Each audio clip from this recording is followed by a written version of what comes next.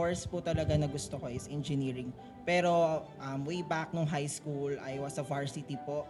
So basically, pag varsity, hindi ka pwedeng bigyan ng malalaking load kasi syempre you must balance yung academics mo tsaka yung sports. So when pandemic started po, so yon, basta engineering course, papasukin ko po. So kahit anong engineering, yun po yung kukunin ko. Kasi yun yung dream ko, yun yung gusto ko ma-achieve in life.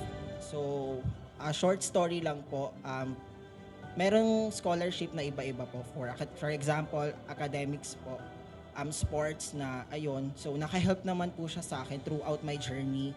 So it was a blessed day for me na ma-recognize as your awardee po. So I am incredibly humbled and thrilled to appear before you today as Walang Hiyang Student Scholar Awardee. This award is commendation for my determination, hard work, and unwavering support of those who believes in me. To break down the stigma related to scholars like me, I pledge to tear down established stereotypes. I will set a good example by demonstrating that becoming a scholar is not a privilege, but about having the potential to help others. I will foster a community in which each student is respected for their unique abilities. Together, we can eliminate the barriers that divide us and create an environment of collaboration and support. Let us all remember that scholarship is not just about individual achievement. It's about empowering our entire community.